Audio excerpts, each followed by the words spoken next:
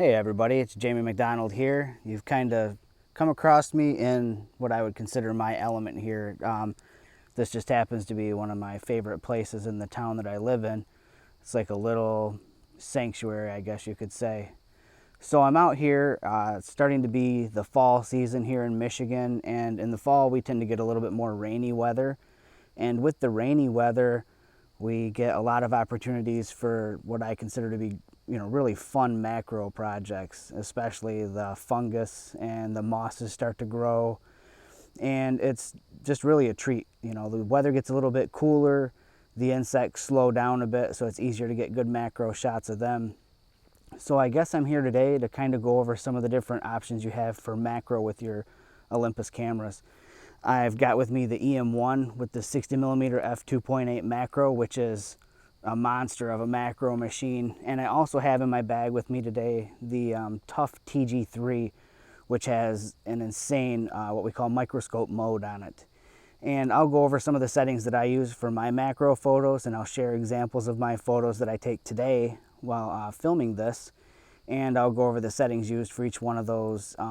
Not just in camera settings though. I'll talk about things like tripod use, image stabilization, how to focus properly, and how to light your subjects. So stay tuned and let's go find some cool things to shoot.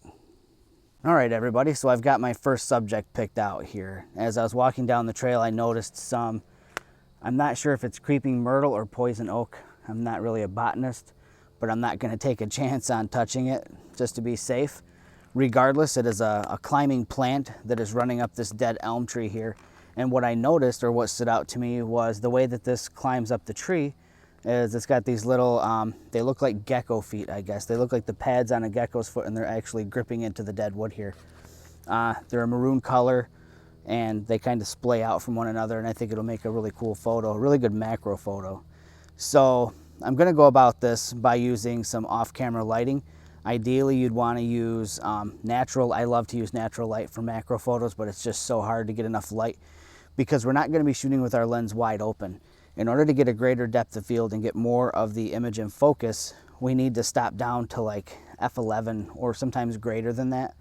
And in order to get a proper exposure, when you've got your aperture stopped down so far, lots of times we're required to use additional lighting from off-camera lighting. So this is the flash that would come with, say, your EM1 or your EM5.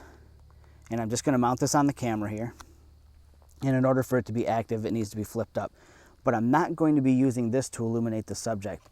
I'm actually going to use an FL600R, which is a larger flash that Olympus makes right here. And I'm going to run this. I'm going to control it wirelessly. This will be the master that controls this flash. So I'll go over really quick how to set that up in your camera. We're going to jump into our menu here and enable it in the camera. So you're going to go down on the EM1, you're going to go down to what would be the second menu, your second shooting menu. And you go down to where you see at the very bottom on that first page, it says RC mode. You scroll over to the right to get the option to turn it on or off, and I'm going to turn it on. All right, so now RC mode is active. And next what I'll do is, I like to use, this was just really cheap too. So this was from a company called Opteka. I found it on Amazon for like $5 or $6. This is just a little soft box that's going to attach to my FL600R, and it's going to diffuse the light, make it a little softer so it's not quite so harsh. It'll give it a little bit more of a natural feel. Not quite the same as the sun, but definitely a lot better than a bare flash. So I'm going to attach this to the flash, and I'm going to power up my flash. And on the FL600R, you can cycle through the different modes by pushing up on the control wheel here and cycling through, and I need to find RC mode on this, and I have it set to RC mode right now. So what I'll end up doing is I will pivot the flash head to illuminate my subject. When I trigger the camera, when I trigger my exposure, this is going to be metered through the lens. This flash will send a signal to this one as to how much light it needs to illuminate the subject. So first we need to get focus on our subject. And that was something that I said I'd talk about once we got going here. And you're going to find that with macro photography, lots of times manual focus comes in really handy. Autofocus doesn't always catch it.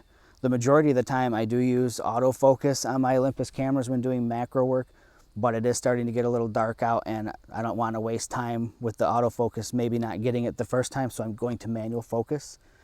I've got the 60mm f2.8 macro on and I'm already in macro or the manual focus mode, and I do have the lens set to the 1:1 setting, and that's achieved by the selector switch here on the side of the lens. And I'm working in live view so I can actually see where my focus is at. And yes, I'm on a tripod, and even on a tripod on this ground, I'm still a little wobbly. So what I'm going to end up doing is I'm going to set the timer.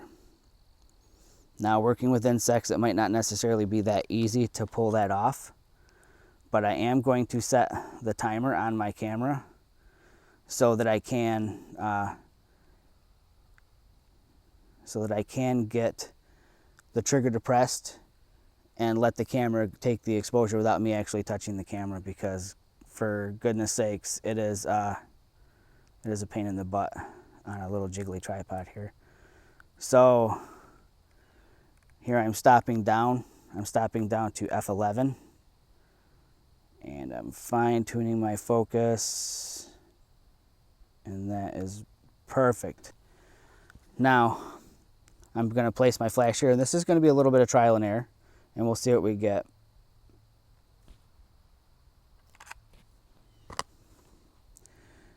And I'll just do a little quick review.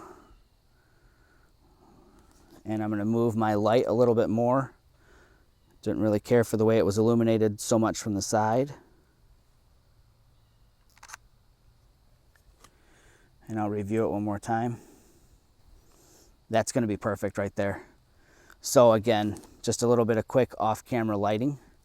Just some of the basic settings that I might use for macro. Again, stop down, f11, f16 even, whatever it's going to take to give you a great enough depth of field to get your subject in focus. Off-camera lighting lots of times is going to be required unless it's just a blindingly bright day. And manual focus comes in really handy. Autofocus usually nails it a lot, but again, just for expediency, I'm doing it manually.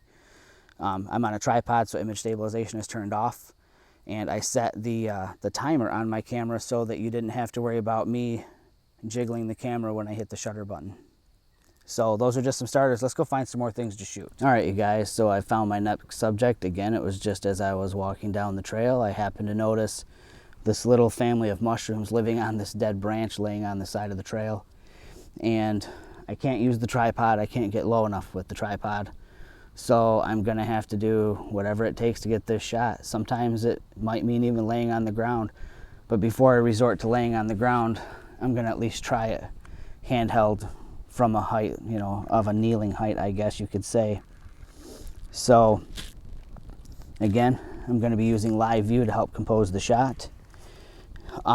Something to note, I swiveled the head on the flash around. And the reason I did that is so that I can have the receiver portion of the flash facing my camera, so that when I'm set up,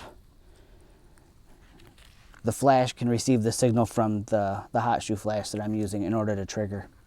That's kind of how this wireless thing works. It's a line of sight thing. So as long as it can see the flash on the camera, it can be triggered.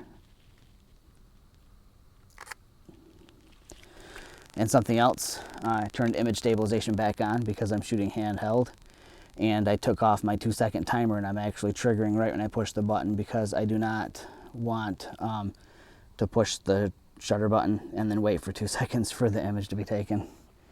So I took my first shot and I'm going to review it. It's actually really cool right out of the camera, the first one I did. And the lighting might be a little bit too much for me, so I think what I'm going to do is I'm going to turn the flash off, and I'm going to try one without the flash. But in order to do that, I'm probably going to have to lay down on the ground in order to be stable enough to take the shot. So here goes nothing. Again, whatever it takes for the shot. And the forest floor here is pretty wet, just so you know. I'm going to turn live view off and compose using the viewfinder. get focus on this little guy right here. Actually, let me try this guy back here. He's all by himself. Super cool. And I'm going to change my ISO. I'm going to ramp it up a little bit just so that I can get a bit faster of a shutter speed. And hopefully, there we go. Hopefully that'll help with this handheld shooting here. And I opened up the lens a little bit too. I'm at f8 now. We'll do one more. Cool. A little quick review. And yeah, sometimes you can't beat natural light. So what I'm going to do now next is I'm actually going to shoot this with the Tough TG3. Same shot, except I'm going to use the focus stacking feature on the TG3, which will take a series of images at varying focal lengths and stack them together, which will give me a greater depth of field than even stopping down to like f22 on this 60mm macro. So let me get that out of the camera bag and we'll take a couple of shots with that and see what we get.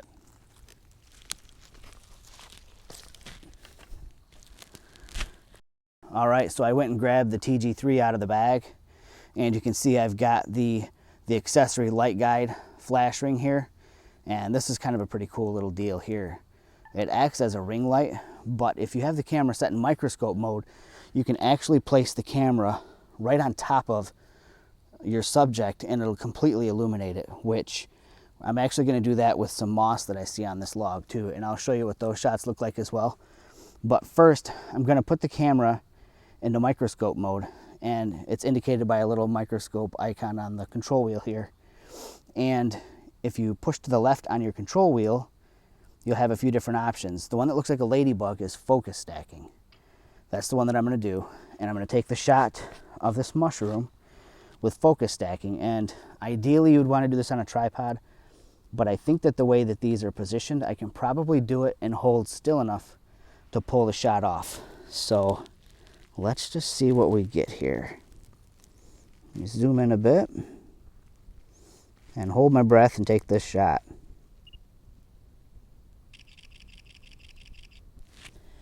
And I'm sure you heard that because of the mic that I'm using. So right now it's building the image by stacking all those individual exposures together, and it's going to create this focus stacked image. And what's cool is it'll save the original first exposure plus all these, the combined images for the stacked one. So you get a comparison, so you can see what the difference was between a non-stacked and a focus stacked images. And again, I'll make sure that I share those with you so that you can see what the difference is. And now, I was telling you that I wanted to use the ring light or the light guide accessory, and I'm going to put the camera, I'm going to take it off of focus stacking, and I'm just going to put it in microscope mode, and that allows me to actually put it right on top of my subject. And I will enable the LED light, and I will just show you what it looks like. You see it lit up there? Now let me get a shot of this moss. This is going to be actually pretty mind-blowing. There. Again, I'll make sure you see all these images so you know what everything turned out looking like. I think I'm about done here in the woods for today. I'm going to pack it up and head home, start processing some photos. Thanks for tuning in, and do not forget to tune in every other Tuesday to Mirrorless Minutes, the link for which will be right here. Take care.